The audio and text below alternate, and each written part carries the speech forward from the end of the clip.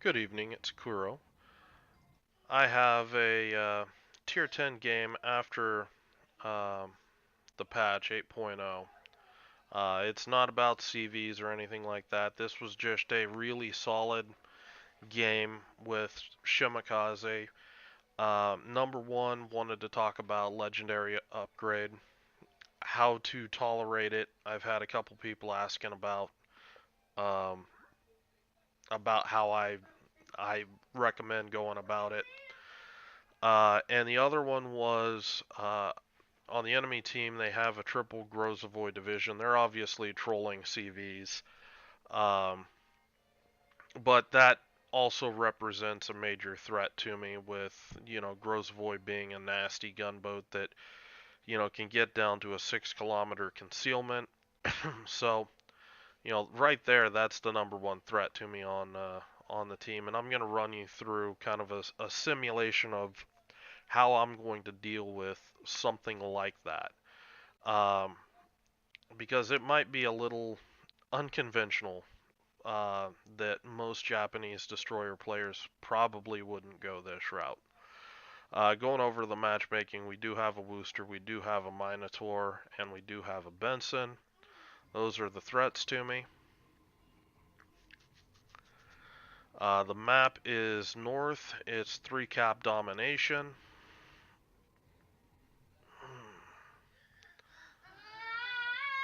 Oh, come on, dinosaurs, you're alright.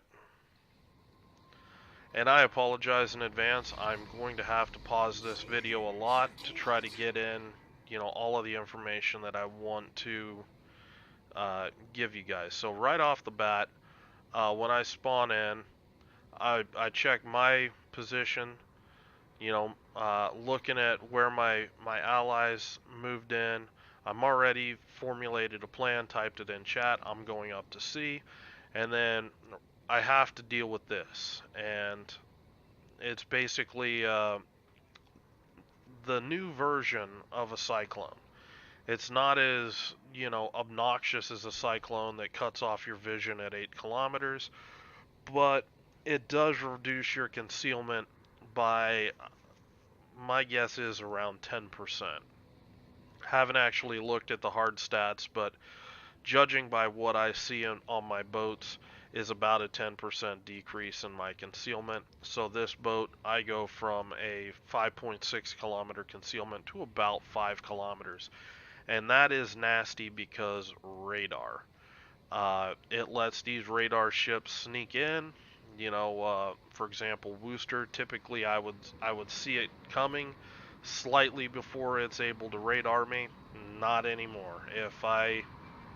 If he pops radar, he's got a chance at actually detecting me from concealment.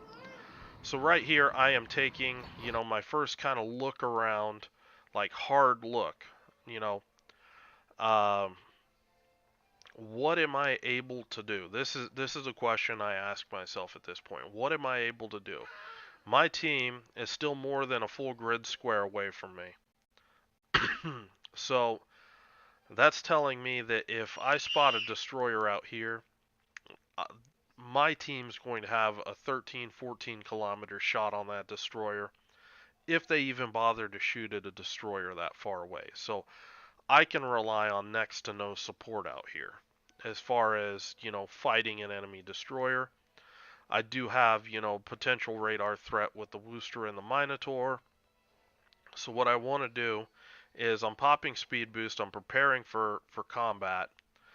Um, you're gonna see me basically reverse and angle away, and I want to get angled kind of in this position, pointed, you know, uh, call it southeast. Now these torps, I'm launching them right now. They're aimed at, a destroyer. Any German battleship that pushes up like this, they'd have to be an absolute mongoloid to eat these torpedoes, simply because they all have hydro at this point. Now you're going to see me start to really take that angle here. I'm basically just trying to spot, anything around here, radar ships, anything like that. And at this point, and I know that the destroyers are spotted over here, the Grozavoy division. So I wanted to take the opportunity to kind of show you guys kind of an unconventional way of dealing with something like that. And I basically, it's a form of, I call it active scouting, going back to like World of Tanks with the light tanks. And I'm taking a position where I can be detected and shot at, and I'm doing this as safely as I can. And I'm doing that, number one, I've angled away, I've got exits here, I can hide out, a radar duration behind this island. I can kite to the 9 and 10 line, or I can kite right down the 8 line. It's a very safe, well, it's as safe as I can make this. I have smoke available to disengage if I want to, and the reason why I'm doing this way is if these Grozavoids are just sitting outside of Cap and all of a sudden they see a Shimakaze pop up, they're gonna shoot the Shimakaze. Now it's better for me to be shot at by this Grozavoid division from 7, 8, 9 kilometers out than it is for me to be shot at, under 6 kilometers when they actually push in and actually detect me, or I detect them. So there's a little bit of, you know, you got to understand what I'm trying to do here. Basically, by revealing myself, I am a high priority target that the enemy team's going to want to shoot at. I'm basically saying, I'm here, people, shoot at me. I want to see what's here. And I'm just taking a look. I'm juking. Minotaur pops up. He's not really a threat because I'm already angled at this Minotaur. If he shoots at me, it's whatever. He's most likely going to bounce right off me. So at this point, I'm pretty confident there's nothing really around me that's going to be a real major threat. So I'm just going to go back to harassing this cur first. And the Benson pops up, but he's, 10.5 kilometers out. Benson's not even going to bother shooting me at those kinds of ranges.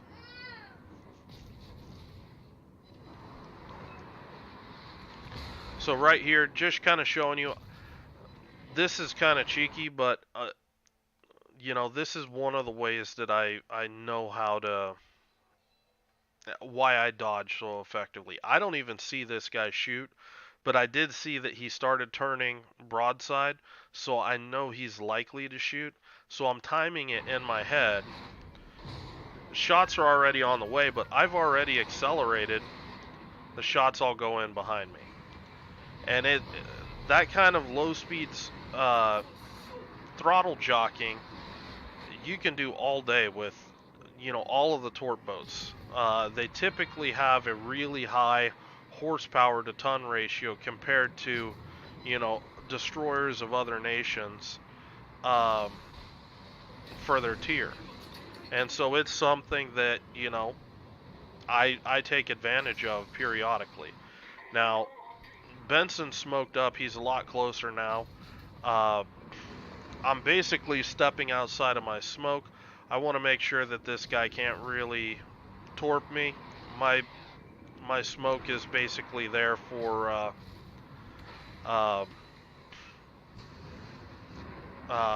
for basically bait. I did see his torps here, so I also get information because I was shooting and dropped off. I know there's nobody around here, so I'm just pushing up through my smoke, and I'm going to push this Benson. And this is one of the complications with the storms is it can be hard to tell what direction targets are facing. In this case, this guy was going back. He's starting to go forward, but it can be really hard to try to see what's going on. Now, right there was something important. You saw me. I was locked on target. I shot, and my dispersion was all over the place. I actually straddled a destroyer under 7 kilometers. So you saw, if you paid attention, you may need to rewind it. You saw me unlock my guns and relock back on the target. And right there is one of the dispersion bugs that exists in the game. And it basically what's the the best explanation that I've got in this case is your screen is showing that you're locked onto the target, but the game client gets confused and thinks that you're not locked onto the target. It basically lost that bit of information. And when you shoot, your dispersion will continue to go all over the place because the game client thinks that you're not locked onto the target, so you don't get the accuracy bonus. You basically have to clear all of this out, and the way to do that is to zoom in on the target that you want to shoot, unlock uh, any weapons lock that you have on the target, and then relock back onto him. And that will clear everything out and fix the bug. And your next shot uh, will be a lot better. If you look, that was a lot better dispersion than it was before.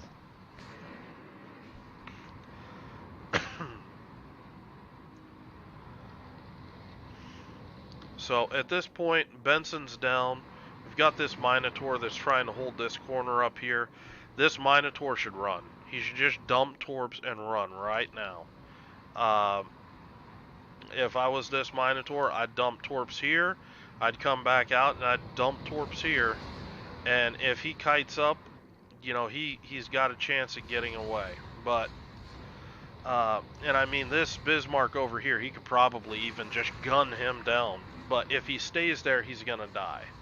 And it's this guy makes a misplay, this guy makes a misplay. If you watch, I don't even know what goes through somebody's head when they do this. You saw how meticulous I was with my positioning here.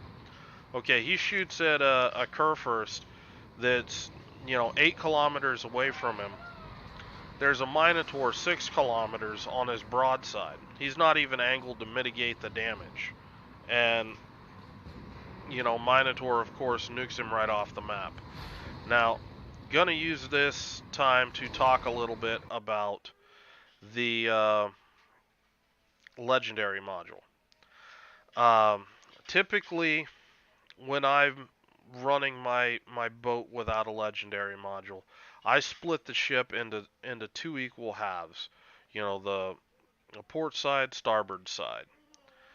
And I keep, my guns and torpedoes on whichever side that I expect contact. Occasionally, I will plan, I want to torp, in this direction, but I think there's a DD here. So I'll pre-lock my torpedoes on this side of the ship, leave my guns over here, and then just real quick when I get up here, launch my torpedoes, come back to my guns. You can still do the same thing with legendary module, but the slower traverse speed, I found that it's more effective to when you're thinking about how you're going to torp. You need to, you know, be thinking further and further out. Uh, you know, in for example, the Japanese destroyer guns. They have slow rotation, so you need to pre-plan when you're going to use them. You put them on your RPF bearing where you're expecting, a threat to appear. You need to do the same, thought process with your torpedoes. And in this case, I divide the ship into 4 quadrants. Instead of just port and starboard, it's, port bow, starboard bow, aft starboard or whatever the hell it is. Um, I'm just tired right now. I know the words, I can't think of it at the moment, but you know, and I basically will lock my torpedoes in the middle of that quadrant, and that way I'm sort of cheating. Now, if I think that it's going to be, somewhere between these two, I'm not really sure. I'll lock them in the middle. The other way that I do this is you'll see me do it. I hardly ever talk about it, but if you watch me with the Japanese guns, and I do this on all destroyers because it's muscle memory, I will actually lock the guns with free camera.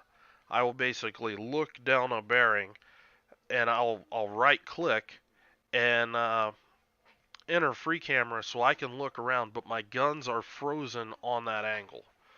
And I'll do the same thing with the torpedoes. And that's a second way to pre-plan, what angle you're launching your basically reducing the amount of time that it takes for you to be able to get your torpedoes off. Because your torpedo tubes, if you're moving at all, you can't actually launch. When I say moving at all, I mean turning at all. Your your torpedo tubes basically need to be on that bearing for some minute fraction of a second before you can actually launch. So I basically just ran aground there. It was simpler to do that. Uh, I know I'm not going to be able to really torp this Minotaur. He's playing peekaboo behind the islands. So I just throw him out on this Kurfürst again. Now, I'm starting to get in a situation I don't really like, and that is I really would like to just come right through here and go right into towards B cap. But this Minotaur being there is a monkey wrench in my plans, so I gotta, respect his guns. I gotta, take the scenic route around him. And, we got torpedo planes coming up behind me. I'm pressing the O key, focusing my AA, and then you see me actually, I turn away, and the turn serves two purposes. One, I'm keeping the torpedo planes on that half of the ship where my AA is the most, and also by turning, I'm bringing my stern guns up so I can engage this Kurfürst. I'm detected, why not frickin' shoot? And also by turning away, I also start angling away from this Minotaur, so if he does shoot at me, I'm more likely to bounce any rounds that he does throw my way. So there's a lot of synergy with that turn there. No, Shima did not get an AA buff. I had a what the hell moment when I saw the three planes pop up myself. But basically, all of these guys down here were shooting at these planes. But I basically sniped the kills. I did, less than 1100 HP and damage to those planes, but managed to pick up 3 kills. Sometimes it pays just to be lucky. Now, this Minotaur, he's dead. It's just a matter of who he's going to take with him, who's going to poke around that island. I'm pushing up here. I don't condone hunting CVs, but since I had to come up here anyway to try to get the B cap, I'm not going to let this guy get away. I'm going to finish him off.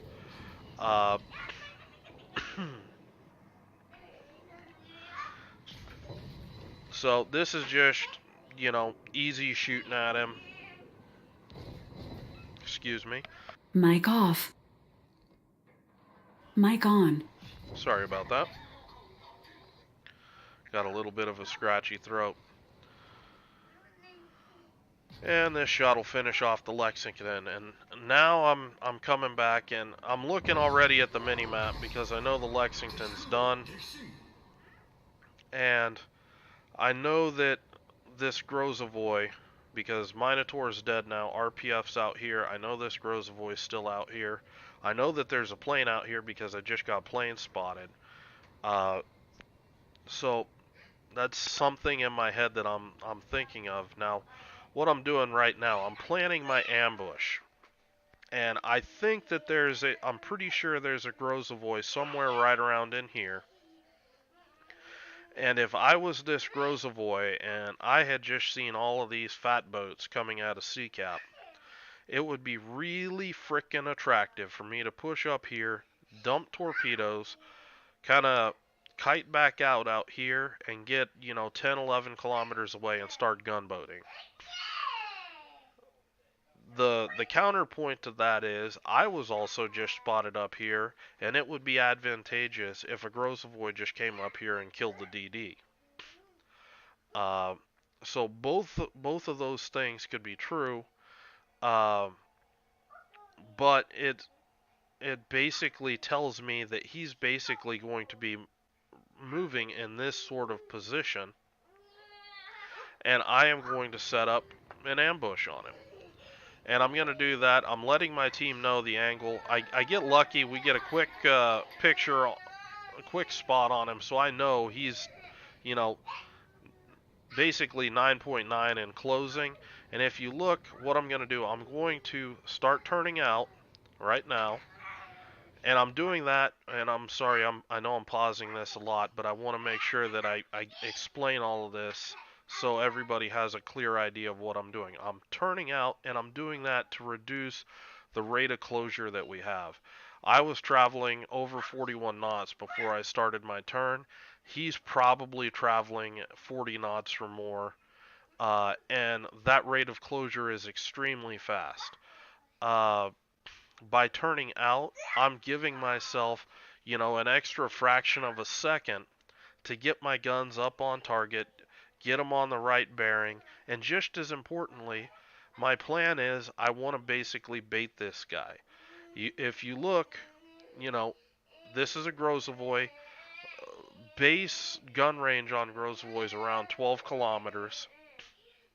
We're well within 12 kilometers there. Plus, he's likely running AFT, so he's got a really large gun bloom when he starts shooting. So, I hope these guys aren't too loud in the background, but I've recorded this thing about a dozen times now, and I'm just gonna let it ride, and hopefully this works. Um, my plan is basically to use my battleships as a spotter and basically get a good hard first hit on this Grozavoy.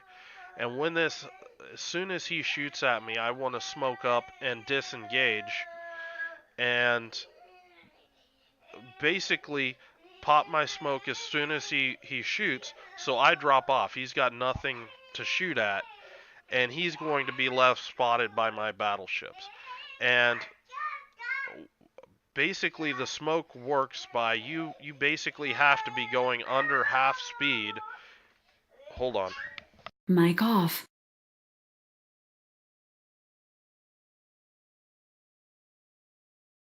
Mic on. Sorry about that. You basically have to be going under half speed in order for you to actually get concealed by your smoke. Otherwise, the smoke just blows out behind you. So the Grozavoy is going to be fighting his speed in this instance, where he's going to have to try to slow down, uh, and hopefully I'm able to break his engine. And if that occurs, he's going to be forced into blowing his damage control because he has to have his engine to slow down or he's dead. So you see me turning out right here. I'm getting my guns on the RPF bearing. As soon as he's spotted, you hear me drop off. There's the shot. He shoots at me. There's the smoke. Next shot's out. Didn't get his engine yet. Still didn't get his engine, but he's slowing down now. Got his engine there. He finally drops off. That tells me that he's actually repaired the engine. And he's smoked up to disengage. Now, this is also key. I'm going to pause it right here. Grozavoy's a cockroach. I have to make sure that we get this kill, because if this guy's able to disengage, he may have, one, two, or even three heals left, where this guy can, if he's unspotted for, 3-4 minutes, this guy next time he pops up, rather than, being, 3, 4, 5k HP, this guy is all of a sudden half HP again. And that's the power of Grozavoy. I was using it on the last day of clan battles, and I basically tanked over 35,000 hit points of damage every time that the enemy team would actually kill me. And it's exceptional amount of hit points that Grozavoy has access to with a full survivability build. So even when I'm pushing out here, there's some stuff that I want to explain. I want to make sure I know this guy's got at least one destroyer buddy still out there. I want to make sure that this guy's not able to hang in like the last puff of his smoke. So I'm telling my team I'm requesting support. I'm not shooting here because I want to make sure that this guy is completely out of his smoke and exposed. Now once he's in this position, there's no smoke. He's not blooming any smoke. I know this guy's gonna have to turn in this direction to shoot at me because now he's in a fight for his life. He has no more. He's got no other escape. So because I know he's gonna turn in this position, I'm able to take just a really accurate shot, and at this point, it's just finishing him off. And that is, this is also important here. Turning away, making sure that, any torps headed my way, you know, I'm torpedo safe. Last thing I would want to do is ruin that engagement by eating a torpedo. That was a textbook engagement right there for dealing with a superior destroyer. Um, so I wanted to really break that down in detail so you guys can see what I'm thinking step by step so you can do this in your games. And, hopefully, who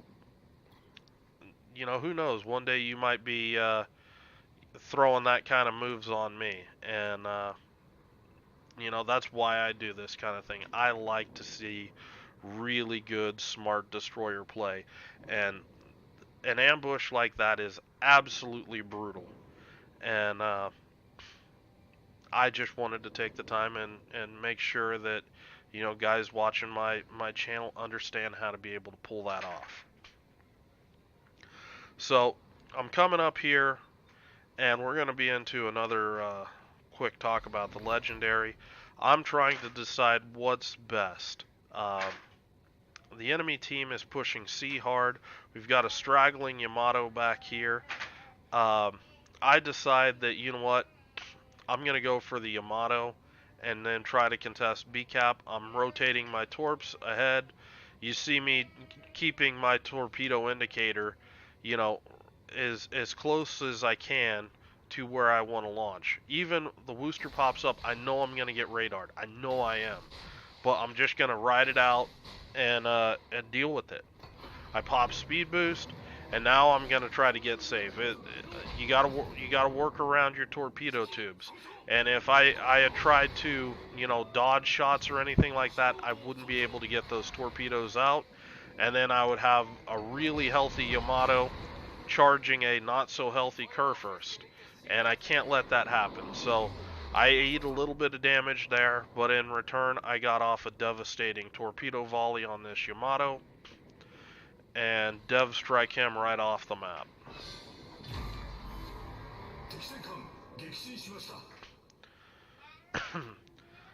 Now I do have my speed boost active. The Wooster's spotted. I've got a Kurfürst here. This guy, he's looking like he's getting beat up a bit. He's a little less than half HP, getting focused down.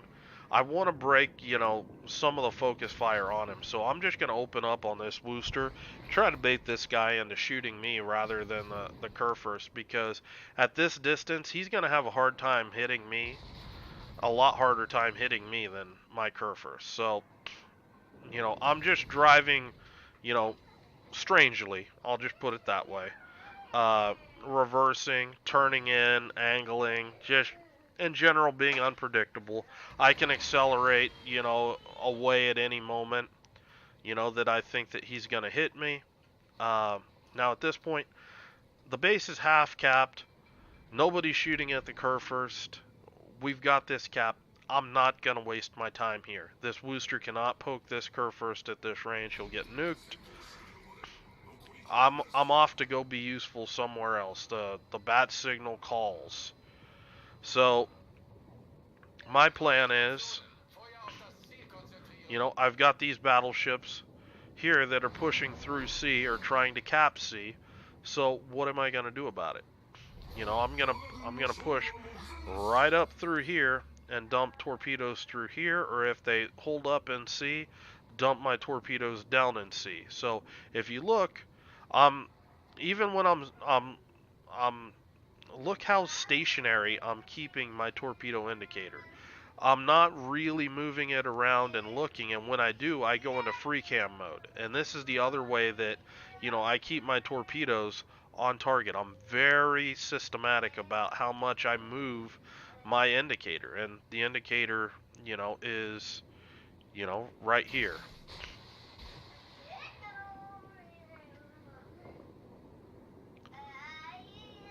Now, if I had shown any sort of delay trying to cap B, I would have missed this opportunity on the Montana. He would have been able to get behind this island.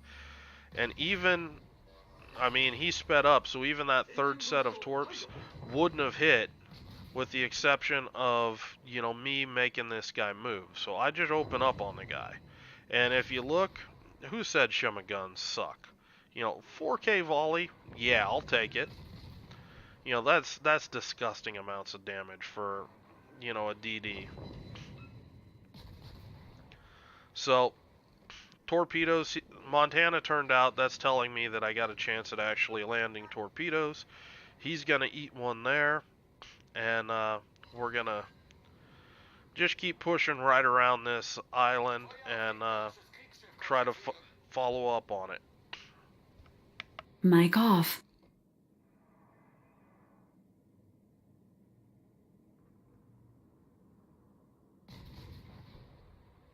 Mic on. Sorry guys, think I'm getting a cold. My nose is going nuts.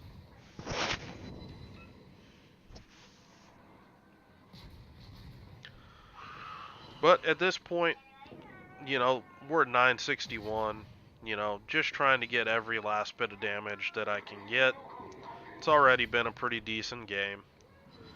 So, just shooting away on this Montana.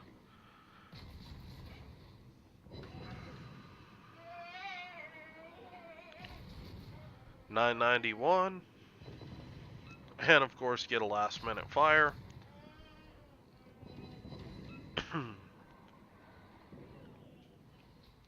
And time ends before I can pick up the kill for the Kraken. So, we learned that I can kill steel like a boss. Doesn't matter if it's planes or ships or carriers, it doesn't matter.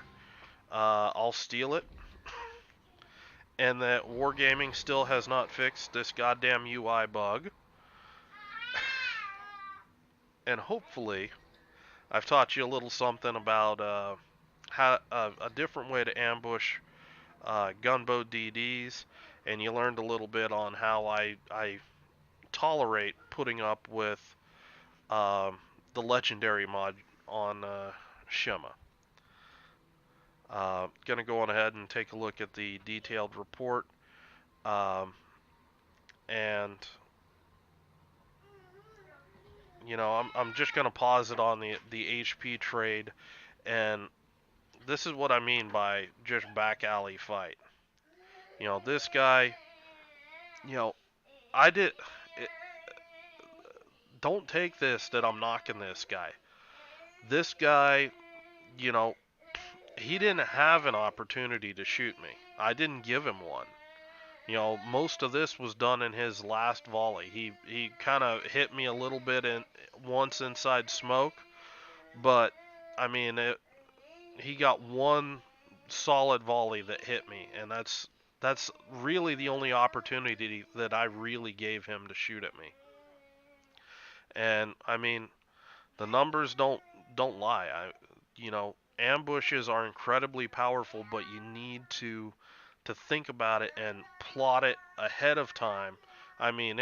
Call it premeditated murder. That's basically what it was in this case. I laid everything out, and it was just a matter of executing it at that point. And when you start to think like that as a destroyer player and get out ahead, and you can think and see the game before it happens, you know, amazing things start happening. You look at the game in a completely different light. When I look at player replays, I'm telling them what's going to happen 2, 3, 4 minutes before it actually occurs, and that's because I've learned to see, you know, what's likely to happen by based on people's positioning, their orientation, of their ship. Are they pushing? Are they kiting? All of that. All of that you can use and give yourself a really solid idea of what the battle is looking like all around you. And then you just ask yourself that question that I asked myself earlier on in the game. What is it that I can do in this position? And when you ask yourself that question and combine all of that information, you got some Art of War shit, the Book of Five Rings shit going on there. There's a lot of good synergy and good shit's gonna happen for you. So I hope this video helps you guys. I hope you found it entertaining. I hope Jurassic Park in the background wasn't too crazy for you guys. I hope you're having a good night. If you've got any questions, leave them in the comments below, and I will talk to you guys later. Have a good night.